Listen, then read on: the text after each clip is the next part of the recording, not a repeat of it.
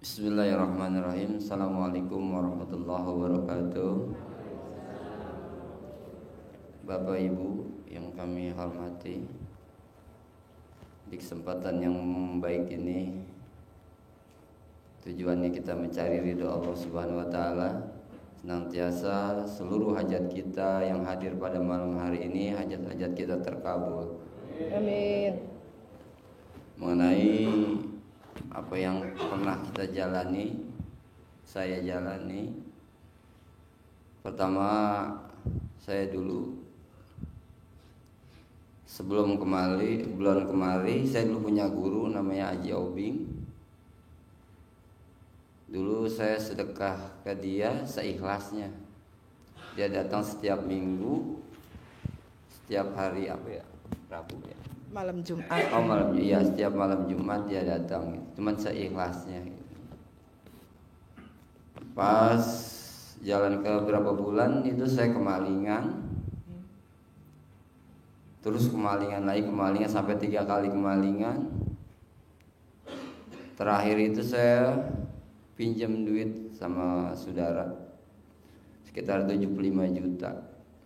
Habis belanja rokok, nggak dibenahin, taruh di warung. Pas malam itu kejadian warung dibongkar, rokoknya dibawa semua. Tapi motor 2 nggak ada yang dibawa, cuma rokok. Gitu. Itu pun duit boleh minjem. Yang mulai sedangnya ngungsep, makin nyungsep.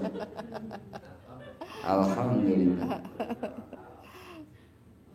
Terusnya kita cerita sama Pak Haji Obing, udah kalau gitu mah kita ketemu guru saya gitu. Saya udah nggak bisa ini, kata dia.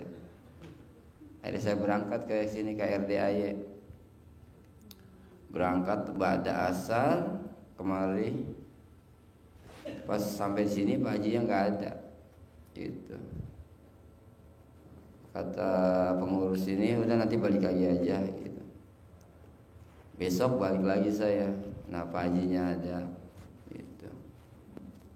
Ngobrol-ngobrol sama Pak Haji. Kata Pak Haji, ini orang yang muka-muka ceper, kata dia gitu kan. Waktu itu saya sendiri ya sama Pak Haji Obing berdua itu datang kemari. Udah istri ajak kemari, jangan sendirian, kalau perlu sama anak gitu kan. Jadi nggak cerita banyak. Balik lagi saya, pas besok kan ngajak istri, ngajak anak gitu kan. Baru ngobrol. Kan kalau cerita Pak Haji, udah ajak anak lo, ajak istri lo, nanti gue racunin gitu. Akhirnya ngobrol sama Pak Haji.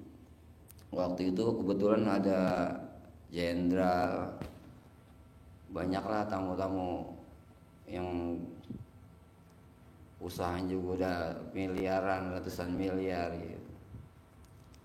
Kata Pak Haji, nah ini orang ini katanya, yang gue lagi tungguin, yang muka ceper katanya ini. Yang utangnya banyak, mukanya ceper, duitnya receh. Padahal saya belum cerita sama Pak Haji waktu itu. Dia udah tahu duluan.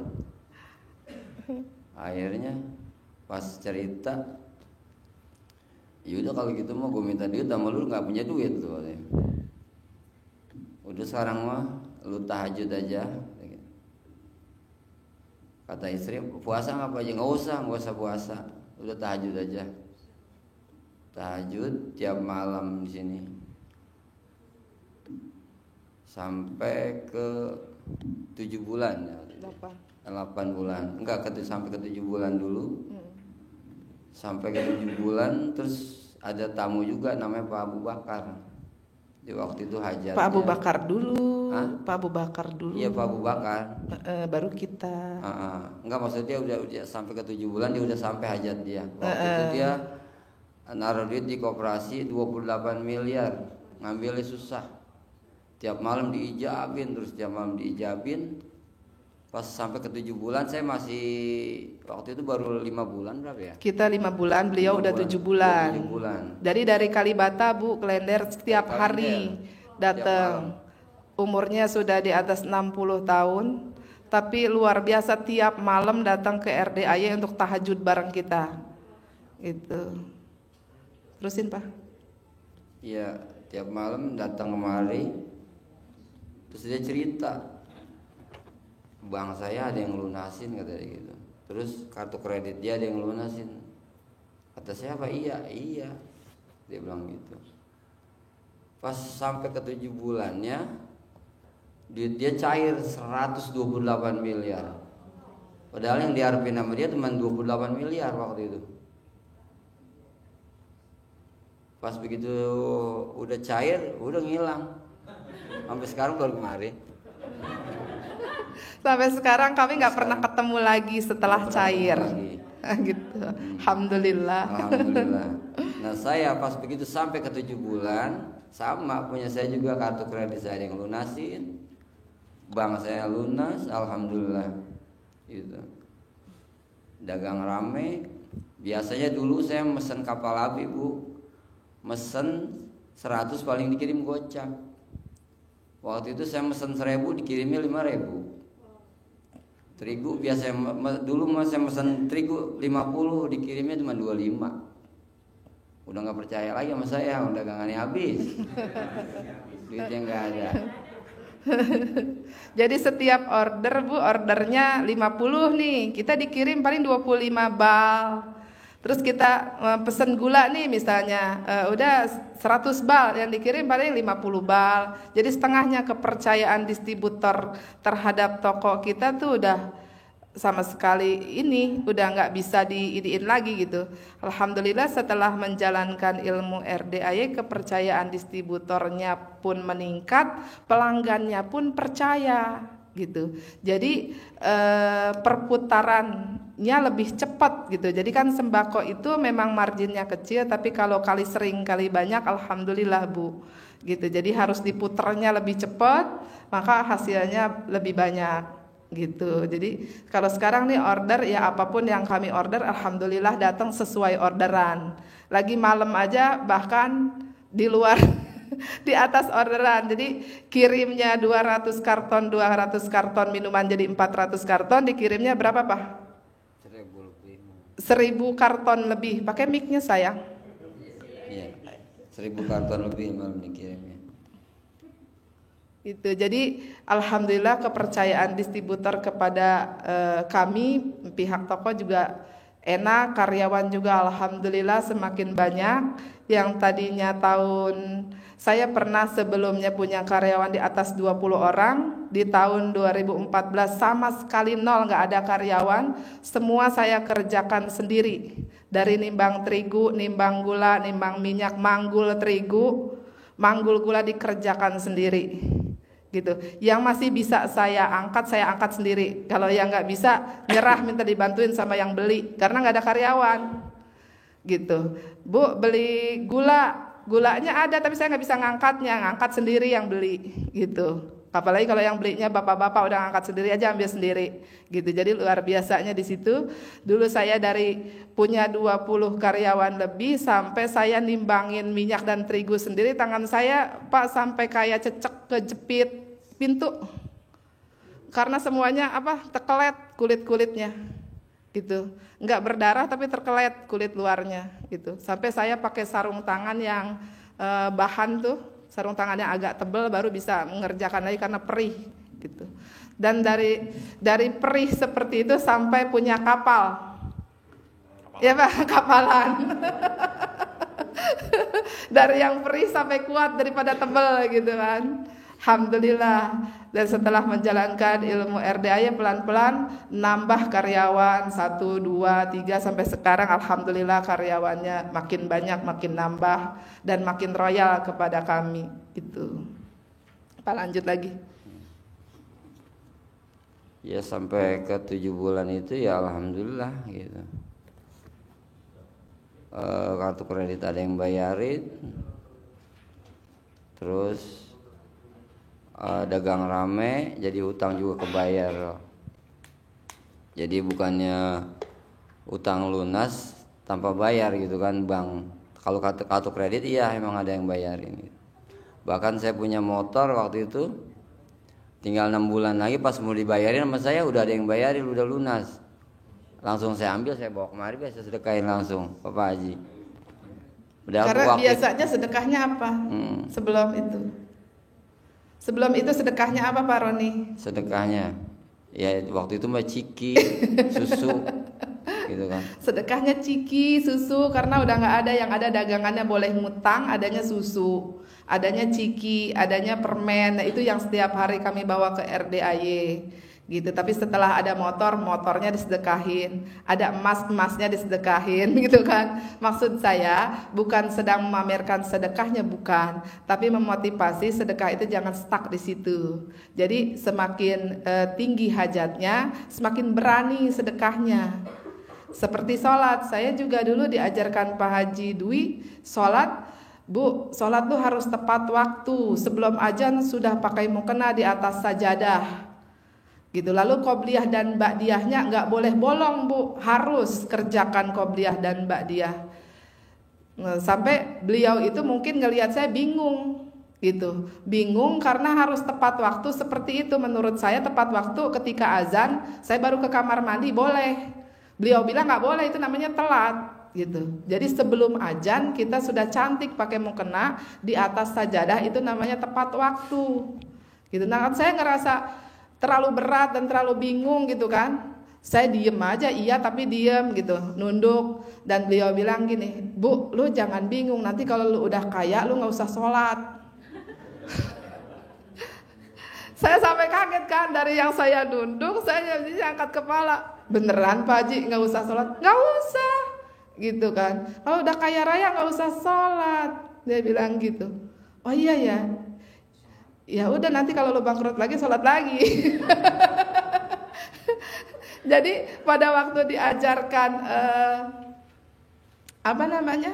setelah kaya tidak usah sholat, saya pikir iya gitu kan. Setelah nih sekarang kan kita sholatnya rajin, baca Quran rajin gitu kan, maksain targetnya kan begitu. Kemudian sholat apapun kita kerjakan kan begitu. Nah sudah terkabul, ya sudah nggak usah sholat lagi. Kirain bener Bu, ternyata bohong. Setelah kaya kita pengen lebih kaya lagi, harus lebih banyak lagi berarti sholatnya ya. Harus lebih banyak lagi baca Qurannya, kan harus lebih ekstrim lagi yakin dan sedekahnya. Saya pikir iya nggak usah sholat lagi gitu. Ternyata Pak Haji cuma menyemangatin saya nih, ngedorong saya nih supaya mau sholat gitu kan, supaya mau sholat tepat pada waktunya. Karena dulu saya kalau sholat seenaknya Bu, jadi sholat saya seenaknya, Johor mendekati asar, asar mendekati maghrib, maghrib mendekati isya, terus kayak begitu. Kadang subuh ditinggalin karena capek gitu kan, nggak pernah nunggu waktu sholat. Cuma di RDA ya saya diajarkan nunggu waktu sholat gitu. Bahkan beliau mengibaratkan ke saya sampai nanya, Bu, lu punya karyawan gak Bu? Ada Pak Haji karyawan. Karyawannya masuk jam berapa Bu? Jam 7. Ada gak yang setengah 6 udah datang, udah beres-beres depan toko lu? Ada Pak Haji. Lu kasih bonus? Kasih. Paling gede Pak Haji. Saya bilang gitu, kasih bonusnya karena dia paling rajin. Tuh, lu harus begitu, kayak karyawan lu harus nyontek, gitu kan? Allah pasti kasih bonus. Di situ saya belajar, jadi logikanya diterangkan kepada saya, gitu. Lanjut Pak, testimoninya. Lanjut. Jangan enak, diwakili enak. Ayo lanjut. Ayo terus. Nyamper dong, nyamper. Nggak mau nyamper, kurang bensin ya. Diajarin bapak-bapaknya itu udah nungguin. Gimana caranya kalau kesenggol aja bangun ya Pak ya. Centongin boleh. Jadi tiap malam dulu bawa ciki, bawa susu gitu. Kata Pak Haji, apa yang lu punya sekarang? Paling dengan ciki, susu gitu bawa tiap malam. Waktu itu tanah saya yang saya hajatin saya mau jual gitu kan. Kata Pak Haji, udah gak usah dijual, beli lagi nanti. Masa orang lagi ngusah beli tanah kan gitu, gak masuk akal gitu. Tapi alhamdulillah, dulu yang Pak Haji bilang jadi sampai semua gitu. Jadi semuanya yang waktu Pak Haji sampaikan kepada kami yang seakan-akan Pak Haji asal jeplak itu sekarang luar biasa terjadi semua, Bu. Padahal waktu itu saya percaya nggak percaya, tapi karena udah mentok jalanin aja, gitu. Jadi sebenarnya langsung percaya nggak percaya, tapi karena udah mentok gitu kan. Setelah ada yang terkobul baru makin kuat yakinnya, gitu. Karena saya mau bayar hutang kerupuk 200.000 aja nggak punya duit. Tapi kata Pak Haji mau jual aset jangan, mending beli tanah lagi. Duitnya dari mana gitu kan? Tenang aja, Bu, lu pinjem ke Allah. Enak pinjem ke Allah tuh nggak usah ada pengembalian, tidak usah nyicil gitu. Udah pinjem ke Allah. Jadi bahasa-bahasanya beliau pinjem ke Allah saya nggak ngerti apaan gitu. Tapi setelah saya jalani, alhamdulillah pelan-pelan bisa memahami gitu. Lanjut, Pak. ya alhamdulillah waktu itu pas jalanin terus tahajud di sini. Saya tiap malam kan sampai 8 bulan di sini. Waktu itu masih gubuk musolahnya, bukan masjid udah mewah ini sekarang kan. Dulu masih gubuk, jalan ini masih pada becek gitu. Pokoknya setiap malam saya kemari, kadang-kadang meriang aja saya berangkat. Sampai di sini mainnya seger gitu. Jadi banyak keistimewaan gitu. Alhamdulillah. Bahkan dagangan terus banyak. Jadi kayak gimana sih ya, kayak ngimpi gitu. Cuman gak instan. Kita sampai 8 bulan tuh kan, sampai 8 bulan. Enggak langsung kita kerjain langsung dapat, enggak. Itu proses. Waktu itu saya masih jalanin tahajud, jalan ke berapa itu? Ke 4 bulan, saya kemalingan lagi. Sampai 3 kali kemalingan saya. Jadi kalau kita putus asa, kalau kata orang gini mau ngapain gua tahajud ya, masih kemalingan, tapi saya jalanin terus. Bahkan di jalan juga saya nemuin pocong, nabrak kucingnya saya lihat nggak ada, gitu.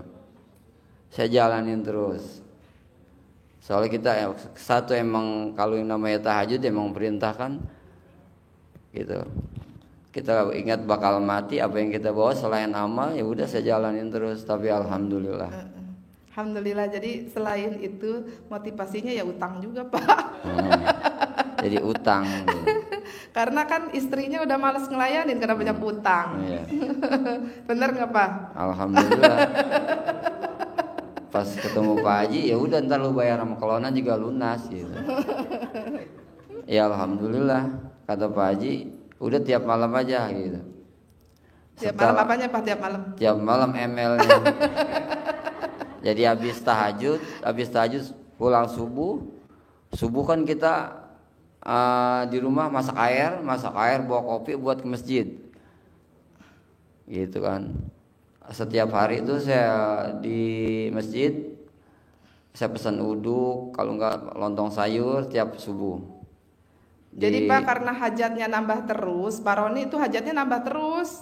Bukannya stuck, hajatnya cuma lunas hutang, bukan. Habis lunas hutang mau tanah. Habis tanah lagi gitu. Udah habis tanah toko lagi gitu kan. Jadi banyak tuh. Jadi karena banyak, jadi sedekahnya harus diperlebar gitu. Harus double sedekahnya. Karena hajatnya double. Yang tadinya lunas hutang doang pengen tanah. Udah kebeli tanah pengen mobil baru gitu kan. Jadinya sedekahnya ya harus lebih kuat lagi karena hajatnya juga lebih banyak gitu. Jadi mantesin kalau bahasanya Pak Haji gitu kan. Kalau bahasa Pak Haji kan kadang Pak Haji kalau nyindir gini, Pak Haji hajat saya mau kaya raya tajir melintir. Dia bilang nggak bisa bos, lu pantesin dulu muka lo gitu. Dulu saya mikirnya ini emang ada orang yang nggak pantas kaya emang gitu kan. Kan saya pikir ya semua orang semua wajah bisa kaya gitu kan. Karena saya nggak ngerti itu tujuannya kemana. Ternyata pantesin sedekahnya, pantesin ibadahnya, pantesin yakinnya, pantesin sifat 18-nya gitu. Lagi belum ngerti, apa iya ya ada orang nggak pantas kaya gitu. Mukanya harus pantas dulu kalau kaya gitu. Ayo Pak. Lanjut kamu.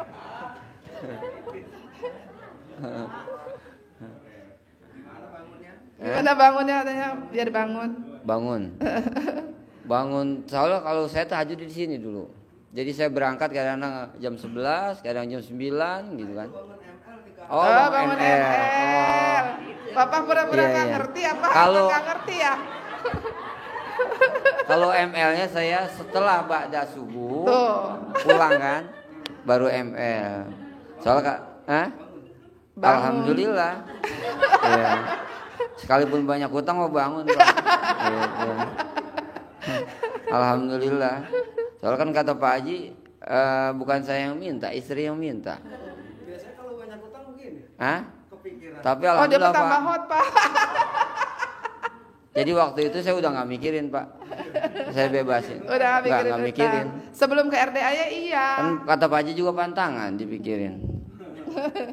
Jalanin aja. Jadi syukurin, nikmati, jalani, gitu. Jalani, syukurin, nikmati. Iya. Jadi saya nikmatin terus. Gitu. Betul. Apalagi resepnya enak kan kata Pak Haji. Udah bikin nikmat aja kan. Nambah terus. Targetnya sehari semalam cuma sekali Pak, gitu. Jadi harus kalau lebih boleh, kurang jangan sampai libur. Pak Haji, gitu. Alhamdulillah Pak. Pokoknya kalau ada kesempatan hayu Pak. Jadi obatnya yakin Pak. Obatnya yakin, kita minta sama Allah gitu kan. Kita dikasih kesehatan. Dulu saya lagi belum kemari Pak, tangan saya ngangkat gini sakit. Pas jalanin tahajud alhamdulillah waras. Kata dokter nggak ada penyakitnya, kita berobat kemana-mana nggak ada penyakitnya, tapi alhamdulillah. Soalnya Pak Haji Roni kalau nggak dipancing diam aja. Iya. Betul Pak, betul. Emang harus dipancing. Benar. Tapi alhamdulillah Pak, bangun terus. Jadi dulu itu Pak, sebelum ke RDAY, beliau itu suka mendawamkan puasa. Jadi puasanya itu kan ada yang nggak makan yang bernyawa tuh. Kemudian ada yang 41 hari, ada yang berapa hari gitu ya, ada target-targetnya. Nah itu Pak Haji malah ngerarang, jangan lu nggak usah puasa, lu ML aja pagi gitu. Habis tahajud, habis subuh. Karena kan kalau habis tahajud mendekati subuh ya ribet, kita kalau udah subuh enak gitu. Iya, baru mandi lagi. Ya apalagi sekarang Pak, sekarang kan ada centong kan. Kalau nggak bangun gebuganya sama centong. Kalau dulu nggak ada dulu mah. Dulu nggak ada. Dulu tidak ada ilmu gimik. Nggak ada. Cuman lewat doa aja Pak. Dulu dilus-lus doang Pak. Lewat doa. Alhamdulillah Pak, kalau istri yang minta mau bangun terus. Gitu. Iya. Soalnya kan disiapin Pak, udah dandan segala macam gitu. Udah enak. Kalau kita yang minta kadang-kadang belum dandan kan. Repot. Soalnya kan diwajibin sama Pak Haji, tiap malam harus ML. Kalau pengen utang lunas gitu. Saya pikir udah kata istri malah orang lagi banyak utang segala ML kan. Kalau ada Pak Haji mah kalau nggak ada istri ada kebo ya Pak. Alhamdulillah ya. Udah ini ya. Gimana Mas Regi? Ya udah. Aduh Bapak Ibu, ini waktu terasa cepat sekali ya, nggak kerasa udah hampir jam 4:30 nih. Wah. Sebenarnya pengen lanjut lagi, tapi apa mau dikata ya kan? Lampu masjid udah nyala tuh. Biasa Ya kalau yang mau nanya gimana? Ya Pak Ji, Mungkin ada yang mau nanya dulu. kita singkat aja ya Bapak Ibu ya. Nah coba Ibu silakan mau nanya nih, 1-2 orang bolehlah cincai. Assalamualaikum warahmatullahi wabarakatuh. Waalaikumsalam warahmatullahi wabarakatuh. Nanya sama Bu Roni, Pak Roni, resepnya apa kiatnya waktu meyakinkan supplier ya, akhirnya dapat kepercayaan itu apa? Itu aja. Selain dari ibadah yang udah waktu kita ajarkan. Makasih. Bapak mau? Waktu itu Bu, tidak ada yang kita lakukan berlebihan, nggak ada. Jadi semua aktivitas bisnisnya sama aja. Gitu. Jadi pure kepercayaan itu datang karena kitanya pede waktu berdoa kepada Allah gitu. karena ibadahnya mantes-mantesin, sedekahnya mantes-mantesin, kemudian yakinnya ekstrim kepada Allah Ta'ala, doa itu diijabah gitu. Jadi tidak ada apapun yang saya lakukan, kan kalau dulu nggak main gimmick Bu, gitu. Kalau dulu Pak Haji tidak mengajarkan gimmick ke saya atau ke suami saya, karena memang belum lahir ilmunya gitu. Jadi semua itu wasilahnya itu tadi, wasilah kita yakinnya ekstrim, ibadahnya ekstrim, sedekahnya ekstrim. Wasilah dari situ aja. Semua trik dagangnya biasa aja gitu.